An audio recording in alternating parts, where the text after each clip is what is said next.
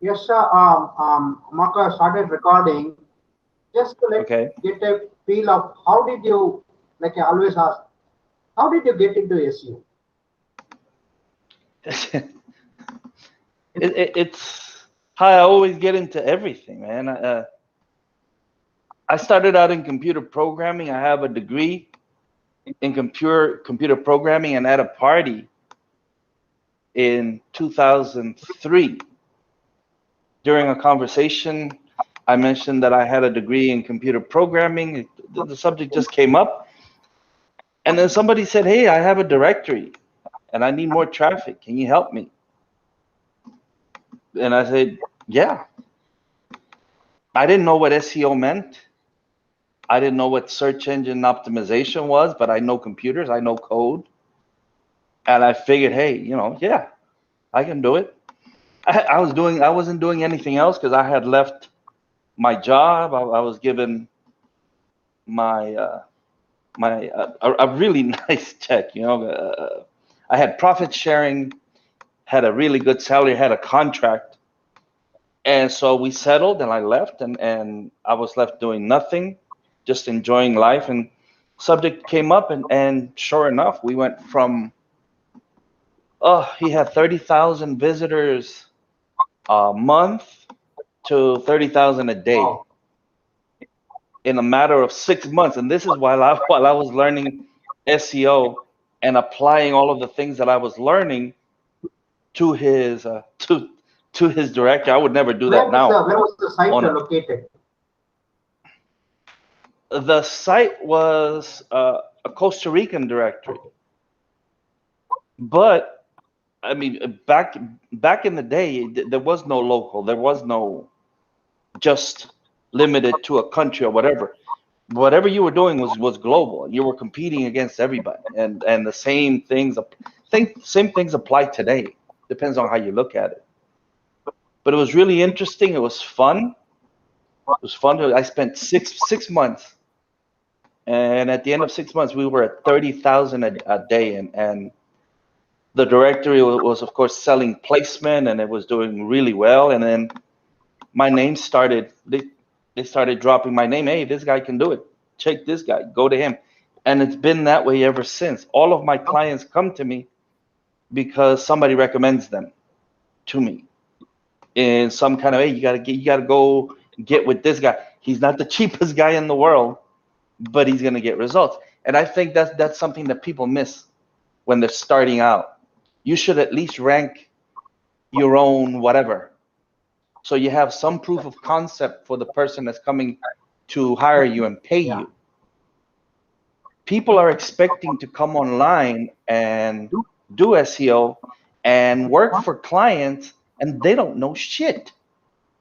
You can't do that, man. You can't charge people money and you don't know. I mean, I did, but I figured I know code. I know code. I can figure this out because it's all math. And if it says it's all math and computer, I can figure it out, and I did. I wouldn't recommend that path to people now. Rank your own shit, set that as you said, because now when you get a client or somebody coming talking to you, you can say, hey, yeah, look, this is what I do, this is what I can do for you, this is how I can help you. So, So yeah. great. Is there a particular preference you have, like technical SEO, content, or off-page or brand building? Anything that you say, okay, I love this more than the other two? Yeah, well, as far as a particular like or a particular love, I love messing with Google. I love manipulating Google. It's how my drive stacking and my G sites, the whole concept behind that was to use Google to rank in Google. And it hasn't changed. I just love getting up every day thinking about how I'm going to mess with Google and how I'm going to go against the terms of service and how I can manipulate it to do what I want, not what they tell me to do. The way that they tell you to do it, you can't, well, you can get results, but it's going to take you years. The client will not. The way I do, I manipulate. So, I manipulate. before we get into the semantic mastery and the Gstack, just a couple of easy questions. What is your advice you were talking about the inexperienced or new SEOs. What is your advice to them? How do you expect them to learn?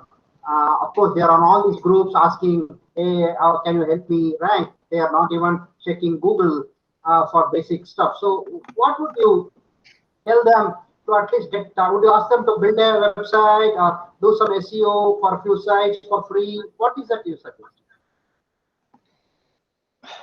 All right, that's a loaded question. People, I see that a lot in your group and in other groups that I'm a member of. How do I get this client to rank? Well, don't start off, as I said, with a client and then figure out how you're going to rank that client. Because it took me, and back in the day, it was dead simple once you figured it out. It's not that way anymore. But now it's still simple, and yet the steps get relatively intricate because there's a lot of things that you have to put together. And if you don't have that knowledge, then it's going to be very difficult for you to rank. You're going to have a client that's angry and disappointed, will never recommend you, and will talk about you negatively if somebody comes to that person. So you don't ever want to be in that spot. You don't ever want to be in that situation where you create negativity right from the start. Excellent. Now, I see a lot of reliance on tools by even many of the experienced SEOs. What is your view on this, and what tools you think are required, and what tools we can do away with without, because we all have our brain, but we seem to rely a lot on the tools these days. Software is good, but there's a lot of software that's garbage. But I use a lot of software, but I mean, it has to be a mix. You have to know when you're going to software, you have to know why you're going to that software and how that software is going to help you. If you don't have the basic knowledge of how Google works, then how are you going to know whether the software that you're using is going to help with your ranking, with your conversions, or whatever it is that you're doing? Right? So that's where I am with that. Software can be really helpful, but you have to know how and you have to know why prior to going and trying to figure out that software and then finding out, well, no, it's not really going to help me. And I'll give you a great example. With content, I use 5 different pieces of software, 5 different software as a service tools to get the content the way I need it, to get the content tuned the way I want for the entity. Because entity tuned content is what wins right now. If nobody knows that, you better go and find out and know how content is supposed to be used, how it's supposed to be crafted. And then you apply that, because if you leave it to just entity, then you're not taking into account the user and how the user is going to interact with your content and how you can get that user to convert on your content. But that's just a start. So I use 5, and when I say I, is the people that I've hired and trained to do the content, because I don't do anything anymore other than go test and see, hire someone, train that someone, and they will help me make the money. Excellent. And when you talk about training, are there any tips you have? Do you prepare video SOPs, or it is just on you just get them on the video and then talk to them, or you have written text? What is that has worked? Because I think one of the problems we all face is, you have the SOP, but sometimes it doesn't get followed or it doesn't get updated, and you have no way to track what is actually being done. What has helped in your case? That's a fantastic question, because your VA can only be as good as your training, and your VA can only be as good as your SOPs, and your VA can only be as good as your oversight of that VA. All right. So what is it that you have to do? You have to set SOPs, and you have to make sure with the checklist that the VA is following the SOPs. Now, if they check every box, and you go check, because you should be doing quality assurance, you go and check, and you know that the SOP wasn't followed, then there has to be a consequence. You can't just let that VA keep going, because then they think, okay, I can skip the SOP because this guy's an idiot and he's not going to check and see whether I'm doing my job. And they will do that. So you have to understand that. Videos. We have video training, over-the-shoulder video training, because if you don't know how it's done, how can you expect another person to know how it's done? You have the video training. This is what you do. You do it just like this. So you take your SOPs and you write and you do your video following your SOPs. And this is the result I want. Now, if you don't do that, I don't need you. If you can't follow instructions, I don't need you. I cannot keep trying to fit this VA who will not follow SOPs, who will not follow the video training into SOPs and video training. You can't do that. No matter how low the cost is, you're wasting money. Your money on yourself. You could be doing other things and money on that VA who isn't working out. So there has to be consequences.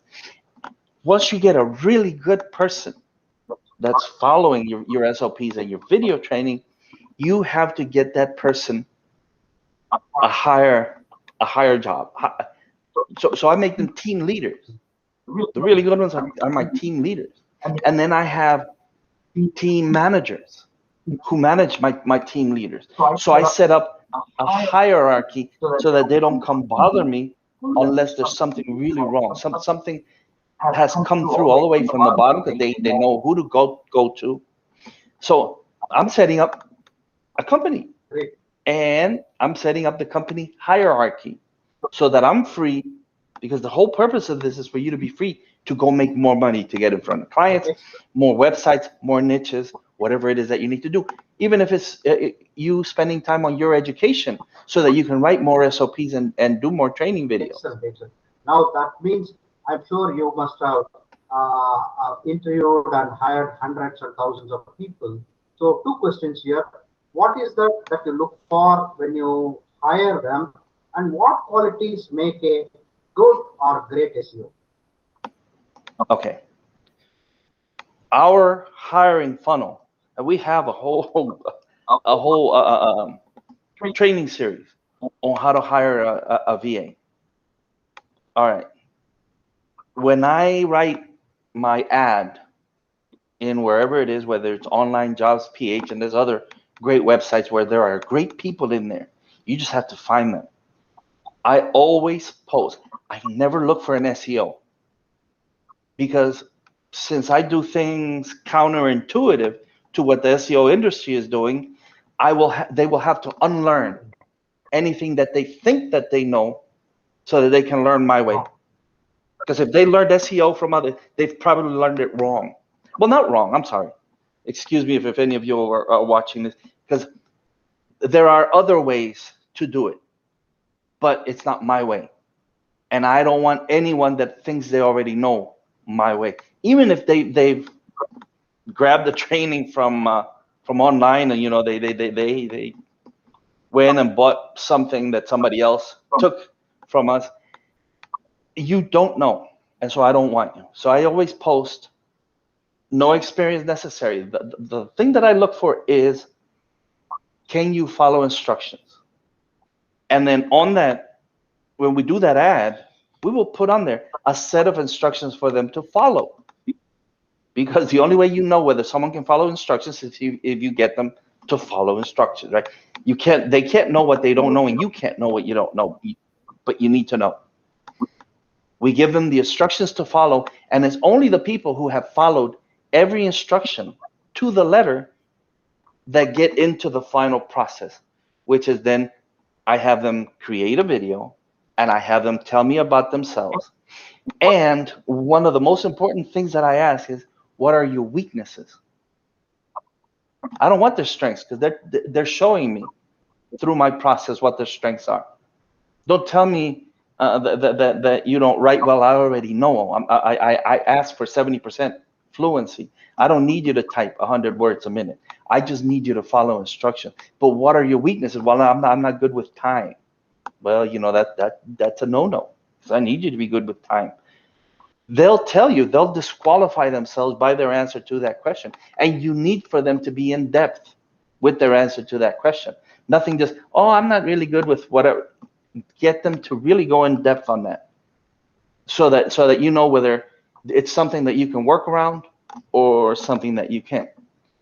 What makes a great SEO is someone who's inquisitive. I don't need the smartest person, just someone who is interested in learning and someone who can think outside the box. And I'll know through my process and through finally talking to that person. They don't get to a phone chat with me until we've had a type kind of chat. Because now I'm getting into your thought process and how you formulate your thoughts before you can talk to me. It's different. It's different how you type and how you answer questions than when we're here, because I tend to make people nervous. So when they get to me in camera, they've been through the entire process, and it's the final one. I have from maybe hundreds of candidates, 4 or 5 people that I know I can hire. And maybe I have 2 or 3 spots, and I know I have the best. So whether I get veterinarians, I get dentists, I get lawyers, I get fantastic people in my hiring funnel. You'd be surprised at the kind of people that you get when you say no experience necessary. I'll train you, and I'll pay you to train. I will pay you to train. But you have to be able to follow instructions. These are my instructions. Follow them to the letter, and you will go to the next step in the process. I like the contrarian part. Thinking. I think I have to look into that.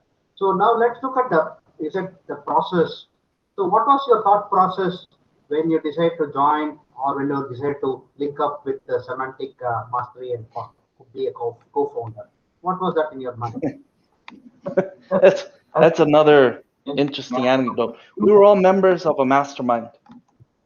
We all got, I'm going to say, hoodwinked into joining a mastermind where the guy promised to have webinars every month, which after a few months dried up. He stopped doing the webinar. Then he stopped supporting the chat group where we were in. And so in the meantime, Bradley Benner, my partner in Semantic Mastery, one of my partners, reached out to me and said, hey, let's form an accountability group in Google+. It was then. And we will hold each other accountable for doing the things that this guy is telling us to do, but not showing us how to do. So let's just do that. 12, 13, 14? Or even What's that? What year was this? My son was just born. So I'm going to venture and say 2012. Mid 2012, end of 2012. I know Google had just come out. But that was 2011. Google came out and said things, not strings. That was the announcement. Was 2011. So it was after that. That's why we named ourselves Semantic Mastery. Great. Sorry, go ahead. Because we wanted to be masters of the semantic web. We wanted to know all about the semantic web and to show people what it was all about. Great. And what do you think are the strengths? In fact, I saw the amount of content that you have. It is absolutely the best content out there. I could just not believe that you have so much loads of free content out there. In fact, I would recommend anybody seeing this video to go out to the Semantic Mastery. It's semanticmastery.com, right? And you also have what you call a kind of a chat or a kind of video discussion going on every fortnight or every month. Can you tell me more about it? No, we do every Wednesday at 4 p.m. Okay. We call it Hump Day Hangouts. Okay. 4 p.m. Eastern. And it's just an hour that we spend with people for free. Okay. So how do you it's always been the topics for this? Say that again. How do you decide the topic? You just pick whatever is the latest going on and just talk about it. We don't decide. You guys decide. Okay. You ask the questions and you answer. Okay. We answer them live. You come and post the questions in our Hump Day Hangout. Just look for Semantic Mastery Hump Day or HD questions, you'll find our On URL. Facebook And Live and YouTube, or where is exactly? we're in YouTube Live, Okay. but we also have a minute chat Okay. installed so that we can chat with people live as we answer their questions. If we need you to give us more information, you can give us more information during the live chat. So we do it live. It's our way of giving back to the SEO community that has been so supportive of us throughout the years. Excellent. So can you tell us a little bit more about people about the semantic mastery? What is exactly that you do? Well, Semantic Mastery is focused on business building. We do, of course, SEO and show people about pay-per-click advertising, anything that you can think of to help people grow. For example, how to get clients. We have something called 2x Your Agency, which helps people keep their pipeline full of clients. Because what people tend to do is they'll get 4 or 5 clients and then they'll stop looking for more. And so 2 of those clients suddenly leave. All of a sudden, you're freaking out because you need the income. So 2x Your Agency is a way to keep that pipeline full of people so that you can do the growth. We have a way to get VAs. We have a way to do content, content kingpin, outsource kingpin, everything that you could possibly need for your agency or for your growth. Even if you're a solopreneur, it's intended for that growth. We have a mastermind for members only, and we have a webinar every week. So every week, either myself or Bradley, we go in a webinar. I answer questions. Bradley does training for the most part. I'm sure you have customers all over, but predominantly where are your customers coming from, and what kind of niches typically you work with the semantic mastery? We have people from all over the world, but mainly from the United States, the UK, and Canada. We do have people from India. We have people from Asia. We have people from Hong Kong and Singapore, Australia, New Zealand, you name it. We have people from all over the world, because the one thing about especially me is that I don't go for this local and global being different. I don't go for that because it's bullshit. There are things that you should do locally, and there are things that you should do if you're doing it globally, whether it's, I don't know, there's so many things, affiliate or pay-per-click, or you're selling an Amazon product, whatever it is. There are some nuances, but for the most part, local is relative. And as long as you're pushing the right kind of power, and if your content is right, and if your on page is right, it doesn't matter. Local versus whatever, it doesn't matter. It's my foundational principles. I always work on the same thing. I call it ART: activity, relevance, trust, and authority. But trust and authority, the way that Google looks at trust and authority, not the way that Moz or Majestic or anybody else looks at trust and authority. So coming to the Gstack, Google Stacks, one of the points always say, does this work? And then somebody in the comment says, hey, you're to work. It's the same with backlinks. There are so many things. One, either it's a escapist answer because you got to do it right to get it work. But on the other hand, it could be right, because it's like going to the gym. If you don't follow the right steps or number of reps, you won't grow or develop your body. It's the same way with SEO. Also, sometimes you have to do the things the right way. So, what is the right way of doing Gstack? Is there a right way of doing it? Absolutely. Really too much. If you can, at the high level, can you say a few things so that some people can get their answers? Yeah, I love your gym analogy, because I see people at the gym and they're trying to bulk up and they're trying to get big, but they're doing 1,000 reps. 1,000 reps. That'll get you strong and it will build you up. But unless you push that mass, that weight, that heavy weight that's going to bulk up that muscle, that's going to get that blood into that muscle, that's going to break down those muscle cells and have them rebuild, you can't get that massive look. And by the same token, if you're trying to just cut up, then you can't go for those mass building exercises. So going to the gym depends on what it is that you're trying to do and whether you approach it the right way. I love your analogy because with drive stacks, you have, I mean, you're talking to the guy who created the training. You're talking to the guy who conceptualized, who visualized it, conceptualized it, and then put it down with Dr. Gary Kerwin, guy from the Isle of Man in the UK. So Dr. Gary and I, we got together for like every weekend for about 8 months before we put out the training. And it was testing and retesting and making sure that it worked, making sure that we could replicate, bringing people in and said, look, follow these steps and see what. We never told them what they could do. I think I told Bradley, my partner Bradley, what you could do. But take this, copy it, and see what results you get. We didn't tell them whether they could get positive, negative, or whatever. Just see what they could do.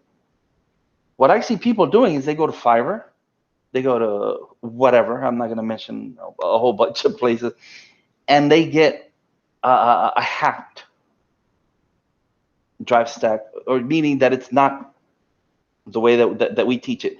Why? Because it takes so much work to do it the way that we do it. It takes so much work to interlink the way that we interlink, the way that we create relevance, the way that you're supposed to create that topical relevance. And then we can talk about topical trust flow, how you get that topical trust flow into everything and then push it the way that you want, wherever you want. So yeah, if you, I see people as, well, it doesn't work. Well, it didn't work for you. Did you follow my training? Did you get a drive stack from us? Did you go to our store? Did you go to MGYB and get a drive stack and G site from us the way that we do it? And if you haven't, just look for one online. We have plenty of examples. We've given people case studies and free examples. I dropped it, I think, in your group, DC Plumber. Look it up. Reverse engineer it. And look at how it's supposed to be done. And then check and see what you were given as, you know, an RYS-like drive stack and G site, and you'll see that it's nothing like it. But we didn't stop there. Right? So it's not as if drive stack and Gsite alone are going to get you the results that you need now. There are steps that you need to take to what we call verify, validate, and solidify your entity to make that drive stack and Gsite part of your overall entity, and to make everything else, your tier 1 branded properties, of course, social media and everything else, that's part of your entity, a part of what your brand is. And bring that together. We claim all that. We show people how to claim all that and then push power into it so that you get results. Yeah, if you just get a drive stack and G site and do nothing, then that's exactly what you're going to get. Nothing. There's the whole, look, there are years of thought and very methodical training and testing that have gone into the creation of this product, drive stacks and G sites. Along with that, we have years of, again, methodical just thought and research and testing to put these things out. I never put anything out unless I've brought people in to test it and replicate it. And if it can't be replicated, then I have to go back and see what I did wrong, not what the person did wrong. Well, I'll go and check and make sure that they followed all the steps. And then if it still can't be replicated, something I did is wrong. I have to go back and test again and think through the math and make sure that what I'm giving the person is correct.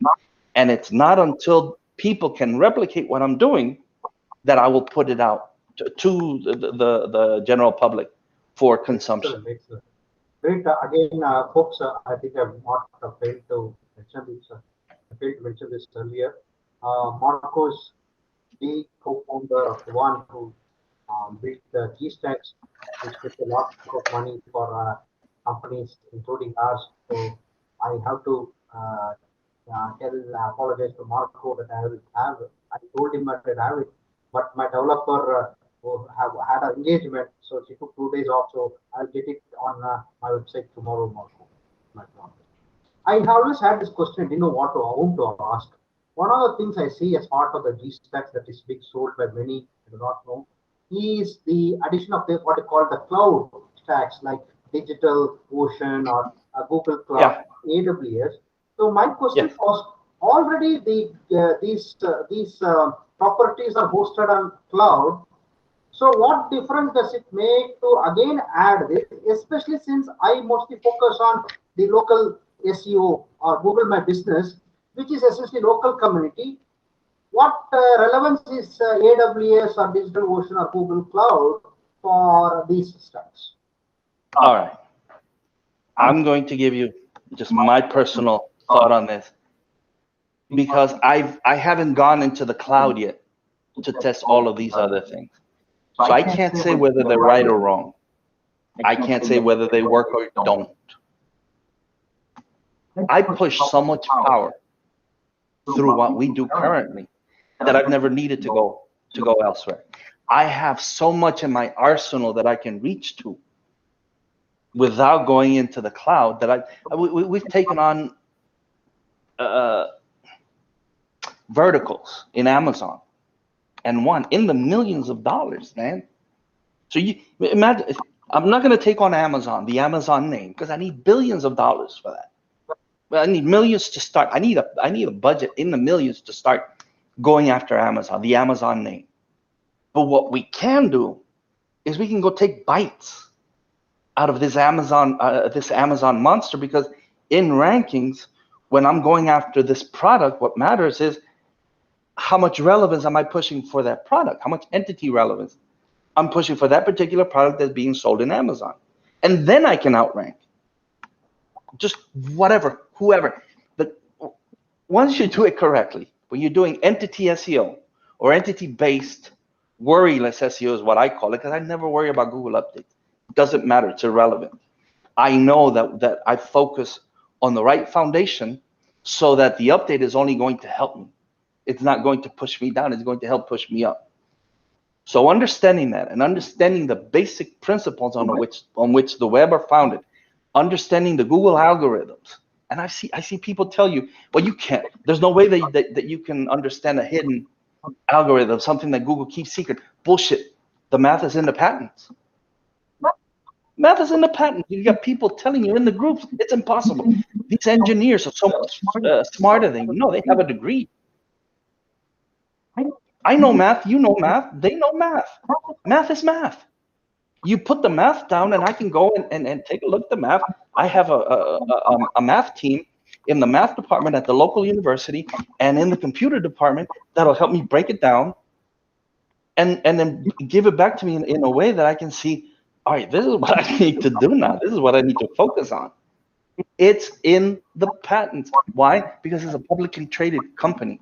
And they can't keep it secret. They have to give it, when they go and file for an invention, they have to tell you how that invention works, because if there's anything similar, or if anyone comes along to try to copy it, Google will either be taken to court, or Google will take whoever to court for infringing on the patent.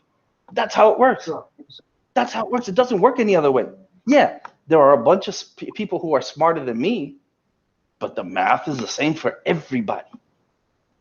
And as long as that stays, as long as it's a publicly traded company where they have to make those patents public, I got the math and I have access to the math and I know how it works. Excellent. Now, here's a question that again has got two opinions.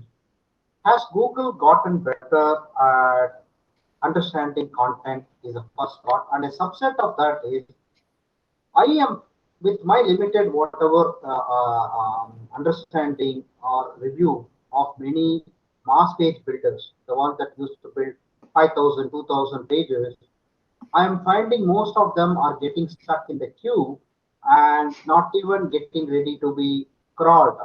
Is this something you have noticed, that Google then now understands that, okay, these pages are just for trying doorway pages, they're trying to just build pages just for the heck of it? Or you think there's still some juice in the mass page builders because that's like a cult? They don't want to get rid of the golden goose. All right. So here's something really interesting on mass page building. Glad you mentioned it, because where I teach, I'm not going to say teach, where I show, because I don't just teach it. I show people over the shoulder, and I take people into analytics. I take people into Search Console. I take people into the GMB insights and show them what's going on and how it works. I show people through case studies how it works.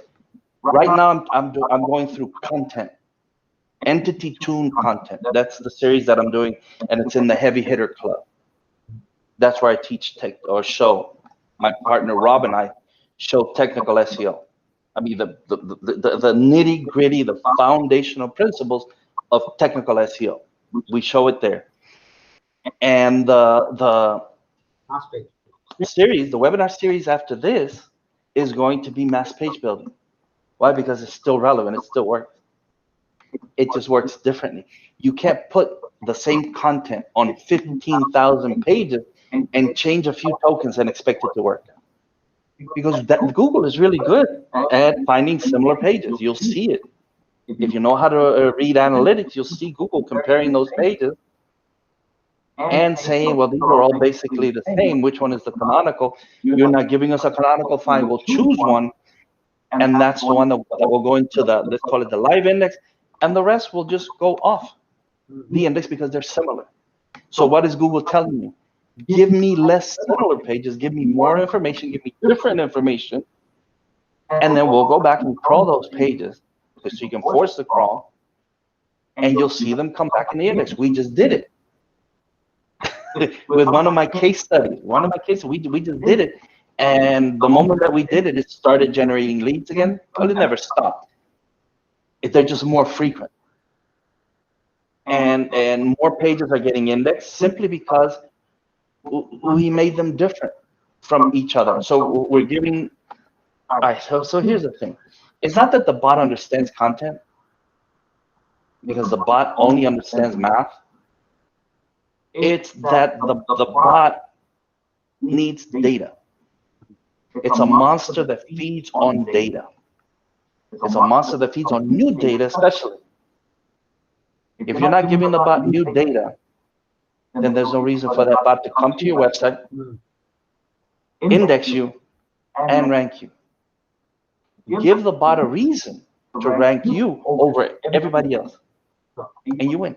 Correct. So if somebody are unfortunate to take on a website which has got 5,000 of these doorway pages because the owner, a client thought it was a good idea, what would be your suggestion? Because you just do not have the budget to rewrite them or tweak them. So would you say deleting them is possibly because you don't need 5,000 pages to rank? If you are not able to rank with, is this correct one? Fair assumption. If you cannot rank with 100 pages, you can't rank with 5,000 pages. That's a really interesting question. If you don't have the budget to rewrite 5,000 pages, then start rewriting them a little bit at a time. They're not a waste. I mean, they're there and they can help you. But take a look at the entity, the main entity, the named entity in the niche, and take a look at what the competition is doing versus what you're doing. That's the beginning of everything. How can you know what you're supposed to be doing without knowing what the competition is doing? Without understanding how the competition is outranking you and how number one is outranking number two. You have to do an analysis. You have to do competition analysis. You have to do market analysis. And so I'm going to give you a nugget here for the people watching. If you expand the entity to include information that Google doesn't have about the entity, you do it enough and you become the trusted authoritative source in that niche. And so Google will compare other websites to yours instead of your website being compared to the trusted authoritative source in the niche. It's a Google patent. Excellent. It's there. It's an algorithm. Okay, I wanted to ask this. I'm not sure. You don't need to answer. But is there a tool or something technique that you have for finding the entities, or it is or you just say, okay, over a period of time we build a way, we understand which are entities that Google prefers. What is that you are developing? All right, so the way that we extract schemas, you can do it through Google's own NLP. That is what I use. It's there. It's there for everybody. It's there. But Google is that giving is not you enough because there are entities no. from other places good enough for Google, because Google's primary data from Wikipedia is a primary source, or Google lists out what where it picks entities. But I've seen a lot of people I don't want to name. They say, okay, this is not enough. You have to pick other entities that we are going to give you. What is your take on that? Please go ahead with the original answer. Yeah. All right. So I want to answer this question as much as I can without giving away information that I've been asked not to give away. So you have the entity according to Google. Imagine a lot, a parking garage, a parking lot full of white cars. Imagine that's the information that Google has about that entity. And all you add to that parking lot is a white car. How is your white car going to stand out against all other white cars in that parking garage, in that parking lot? You have to make the car that you are adding to this parking garage, to this parking lot, you have to make it stand out above everybody else. So how do you do that? You have to expand the entity. You can't just give Google the same information that it already has. We just talked about that. You give it the same data that everybody else is giving it. I don't know if I can drop F-bombs, excuse me, but everybody uses the Yoast plugin for Schema. Or I don't know if you guys are into rank math, or the rank math plugin for Schema. If everybody's doing the same thing, how can you stand out? How can your schema stand out against anybody? Why should Google rank you? Why should it bother with you if it already has the information? That's what we're talking about. That's how we're talking about. Excellent, excellent. Now, how much time do you have? Do you have a couple of minutes more to ask my final question? 15 minutes. This is, this is your fountain head of information. Really, I could go on talking for days with you, but I know your time is limited and valuable. So here are a few questions, because we are a local SEO group, or Google Web, yes. That's what we call. Your initial point was, I don't treat local as different, everything is the same with minor differences. But is there not in a sense, when you type in the local city or state modifier, that you tend to get different kinds of results compared?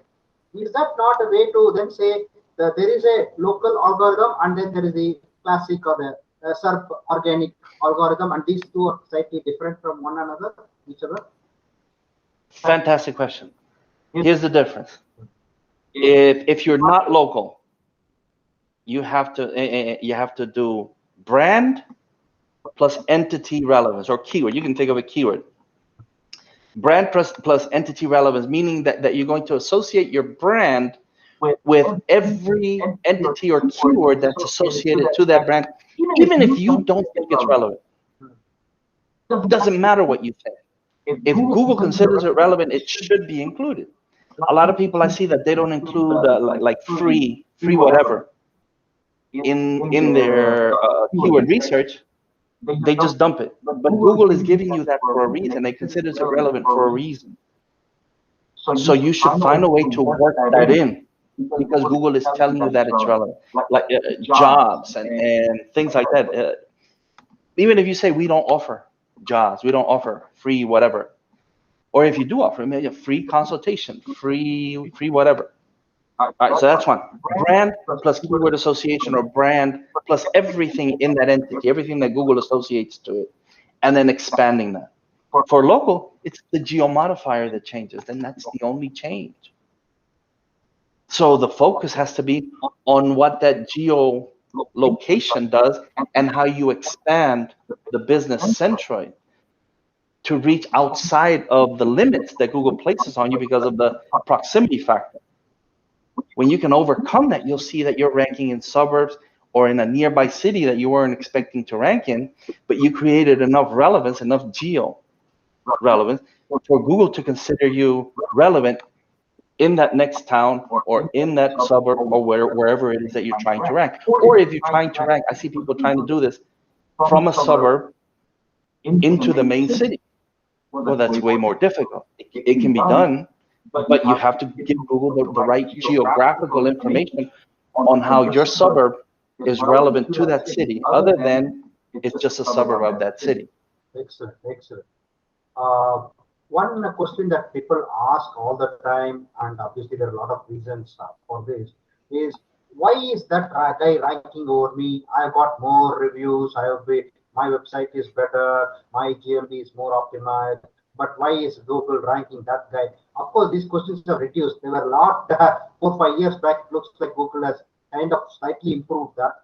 What would be at a high level for them? You would say, go ahead and check this.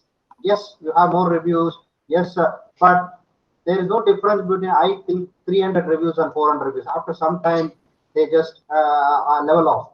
But what would be a good answer, or what would you say? Ask them to check first, because this is still a constant question asked in all these forums. We see that sometimes. We just saw that in a doctor that somebody works with. I'm not going to mention the city or the name, but someone that had nothing relevant to that particular doctor's area of expertise, ranking number 2 in the map pack. They didn't have the reviews. They didn't have anything. The power on the website that they were in was outpowering number 3. That's the answer. The entity on the website where that doctor was working on had more power than number 3, which is why it was a number 2, but not quite 1. It wasn't as good as 1. And what it is they've built up the entity more powerfully than anybody, or better, and they've built up a ranking score and page rank better. I mean, if they're outranking you, their page rank and ranking score is better than yours, and so is their entity. It's that combination that's doing. And I don't care. You could have 1,000 reviews, and it's not going to make a difference.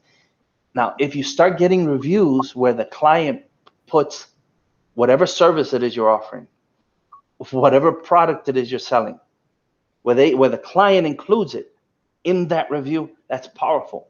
And you can push power into that review to help boost the rest of the entity and push into that map pack.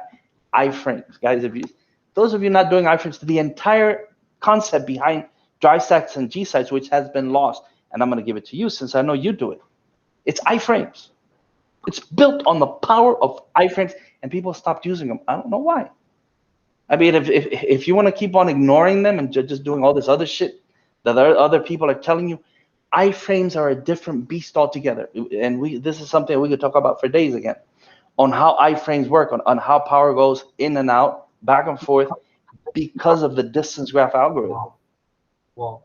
Coming to a few last questions here, I'm increasingly seeing a lot of businesses depend on just the Google My Business. It's almost like they put all the eggs in the Google My Business basket, and once it gets suspended, kind of the entire business is crushed. They're crushed because without getting it back, because they've not invested in the social media or PPC or email marketing or others.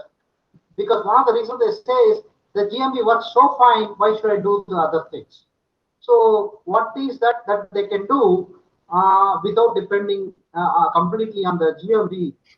Because it looks like more and more businesses are going to be completely on GMB unless there is some monopoly suit that Google loses. Yeah, solidify the entity. Make it better for Google to go and connect the dots. Because if they see you and you're in local directories, if you're listed in all these other places that trust you, Better Business Bureau, if you can, unless it's hacked, all of these other things that validate and solidify the entity as, I'm going to put it in quotes because I do a lot of things that are not real, makes it a real thing on the web. Google understands hack things on the web, but the more real that you make it, the more that you shield yourself from Google coming and taking a look at you and saying, this doesn't look right. And so you make a simple change on the GMB, and you get suspended.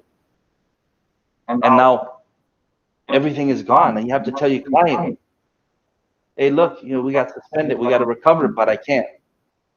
So we have to start all over. and this is the guy's livelihood. You just lost the guy's livelihood. That's not a nice conversation to have, man. I know people who have had to have that conversation, try to go see if they can recover it. So yeah, GMB is a great place to start, but so is Bing. You can get a lot of action from Bing, YouTube, Facebook. There's so many places now where you can drive traffic into your website, not just the GMB. The GMB accounts in some niches for between 70 and 80% of the leads of the calls because of the map pack. We can't get around that, but if you can do map pack and organic and ads and continue adding to that, you're going to get better results for your client. You can charge your client more so that you can get better results, so you can get more, and that's a really happy client. The GMB is less likely to get suspended if you're in all these other places showing that this is something, I'm gonna put air quotes against, something real, rather than something that's obviously hacked into the web. Sir, you were referring to the website earlier, and a lot of questions typically is about how good the website should look or how important website is. My question is more regarding use of a WordPress or a CMS in place of, or what is your personal preference? There Wix and people sites also coming up. People are paying them and they're happy. Some of them, though they may not or may not rank. Then there are people who HTML sites, and then there is .NET other sites. Is there a particular preference that you have, leaving aside any bias? You say, okay, this is WordPress is simple, or something else, Duda is simple. Anything that you can share which would of use to our viewers? No, because I don't focus on anything like that. I can rank anything. You give me anything and I can rank it. It might be easier or more difficult depending on what it is. And there's some things that I refuse to work on. If you're Joomla, come over to WordPress or come over to something, we'll move you to something else. I prefer WordPress simply because, it's been around for so long and I'm so familiar with it, and I can get it on the page speed insights to where Google is asking me to get it, and I do it because Google is asking me to give them that. Now, if it's an existing website and it has a lot of authority, I'm going to take a look and see if, let's see if we can keep that, rather than moving it to something where you 301 it, but you're going to lose about 15% in the move. And the client has to understand that's going to happen before you recover it. How important the look of a website is. I see a lot of clients spending so much time and money discussing with me or sometimes arguing with me that a website is not perfect. I almost tend to, because the client you can't, but I always tend to say that sometimes it just doesn't matter for the locksmith. He's wanting to get his car fixed. I think the last thing he wants is a great looking website. He just wants to get that phone number and call you. But this I found very surprising. The logo on the website, clients treat as their own, but not for as somebody else. Almost like they're emotionally attached to it. Yeah, that's a great question, because what I tell the client is, look, we can have the prettiest website in the world, and if nobody is visiting it, and if you're not getting any clients, it makes no difference. Your family is going to love it because you're going to show it to them, and you're going to love it because it's what you wanted. But if nobody's converting, who gives a shit that you have the best website, the best looking website on the web? Get some conversions, get some people coming in, and then we'll look at updating the website, giving it a better look, a better feel. But if you're going to also interfere with how the user has been using it, and from a heat map, then why would you do that? Why would you even think of doing that? Well, I want it to look nicer. Well, fine, we can make it look nicer. Let's make some money first. Yeah, but I want all. Yeah, you can have that. It's going to be $25,000. You ready for that? Or it's going to be $50,000. You ready for that? Or you want me to just make some subtle changes, $1,500, and let's go? Or $2,500 or $5,000, whatever it is. I don't build websites for less than $25,000, by the way. You want it? Let's go. If not, then I'm going to have my graphic designer come and work on it. We'll bill you the hours. We'll make it look better. We'll make it convert better. And then later on, once you're pumping that money in through conversions, we can talk about the redesign and everything else, as long as you understand that you might lose a whole lot of traffic because of the changes that we're making. and the changes that you want. Now, this is my final question. Where do you see the the, uh, SEO going towards? What do you see? Are there one or two things you say for 2022 that we need to look out for? Because we were told that voice search is going to be the one in 2021, but COVID came instead of the voice, and 2020 itself, but it has not made that big impact. Then we were told that the schema would be the next big thing. So many times the thing is nobody goes back and checks what the pundits forecast. So if I were to ask you, what would be something that we need to look out for or to sharpen our skills for the coming years? Yeah, it's definitely schema. Schema is one of those. Why? So it's really people who don't understand foundational principles. Schema is code that directs the bot. If your schema isn't working, it's because it wasn't done right. You have the same schema as everybody else. There's no reason for Google to look at your schema and like that, let's just call it liking it above anybody else's. Now, if you set up schema the right way, custom schema, focus on those entities and giving Google the information on the entity. This is what gets crawled before Google goes to the content.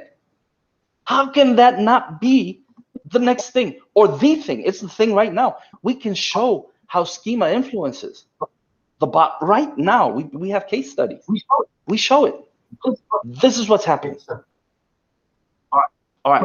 So before Google goes and crawls the content, it goes into the schema and it's going to know your entity, what it's about, everything that's related to your entity. It's going to go and look at everything that you've told Google is the same as, or that you know about, or that you understand.